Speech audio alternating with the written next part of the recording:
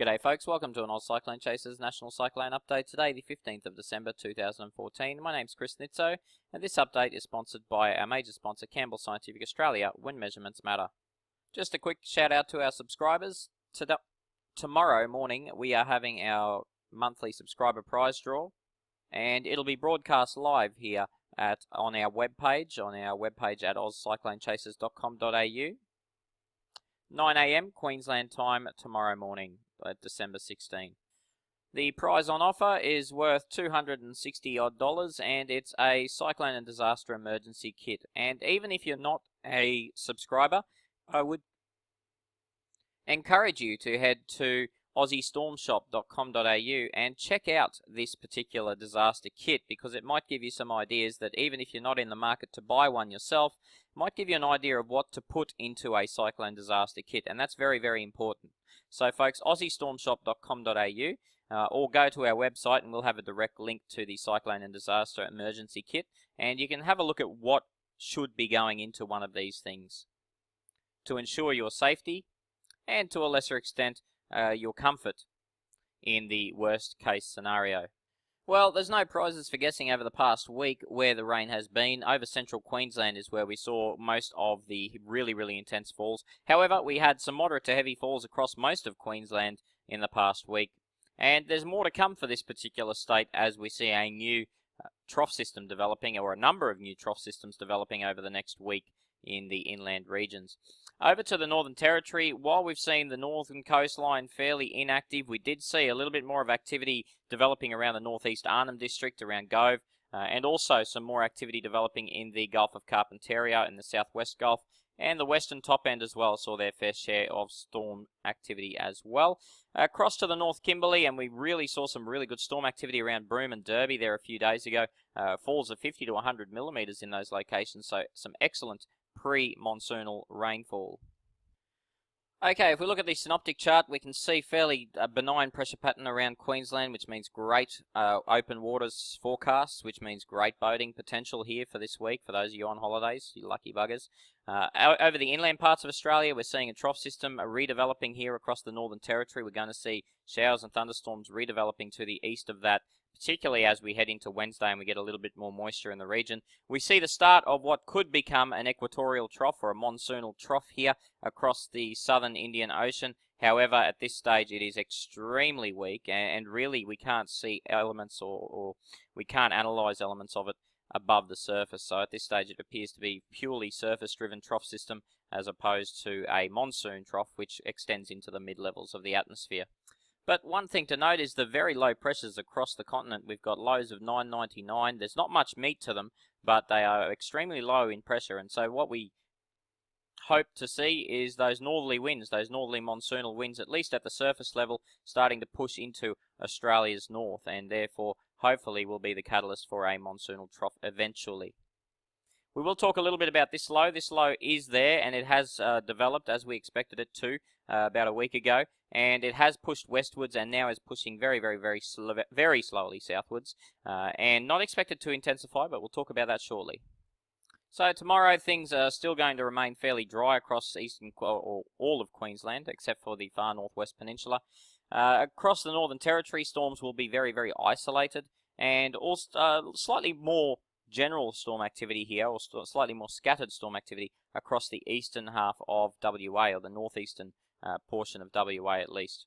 Now as we head to Wednesday, we do start to see some more moisture developing across inland Queensland and the trough system also deepening, and so we see an increase in shower, or we actually see shower and storm activity developing across inland Queensland, possibly even also an element of shower and storm activity across northern inland Queensland in a very localised area of instability.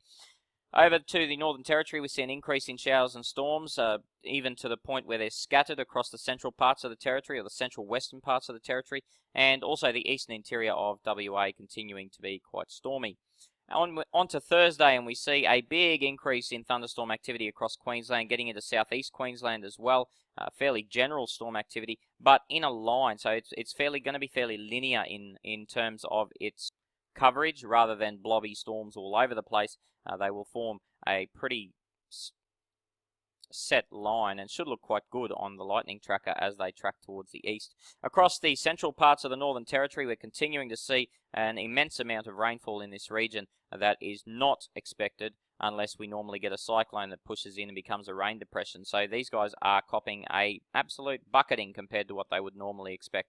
Further to the north, where we would normally see the most thunderstorm activity, we actually only see isolated activity. But because we have a fair bit of dry air mixing in with these storms, there are a chance that some of these storms will become severe. And also on the eastern parts of the WA, we continue to see, and the North Kimberley, we continue to see shower and storm activity. On to Friday, the Queensland line slightly weakens, but we still expect the trough to remain in here, and we still expect showers and storms to develop, just probably not as general on the Friday as they were on the Thursday. Those storms extend inland to west to the Northern Territory. Once again, the north coast is going to only see very isolated activity, which once again is quite unseasonal for this time of year. This time of year we would expect to see fairly scattered thunderstorms across the north coast, and particularly in the Darwin area itself.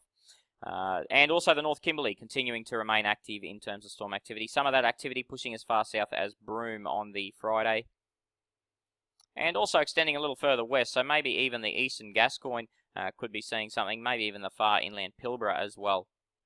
And the next 4 days after that, thankfully, we're going to see an increase in shower and storm activity across the northern half of the territory over the 4 to 8 day period. So we're looking at the weekend and into early next week here. We're also going to see an increase over northern inland Queensland here around the Gulf country. This part of the world hasn't seen too much in terms of storm activity, even with the most recent outbreak of general storms.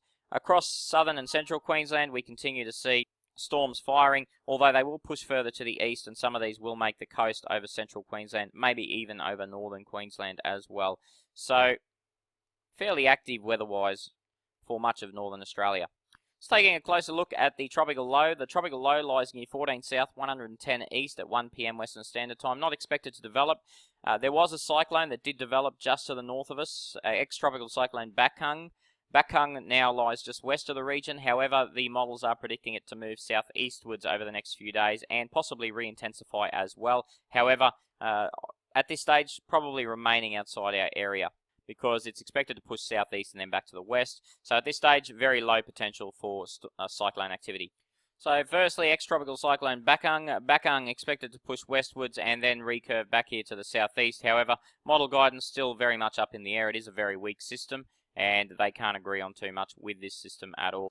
But overall, there seems to be some sort of general trend that the system will push back towards the western edge of Australia's area of responsibility here at 90 east.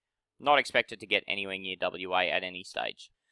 Onto our other low closer to the coast. Here it is. Right there you can see a southerly pushing into it, a northerly pushing into it as well. This is the area of vorticity or area of spin that we're watching. There's also a secondary area here, and associated with it is a trough line that merges the two together.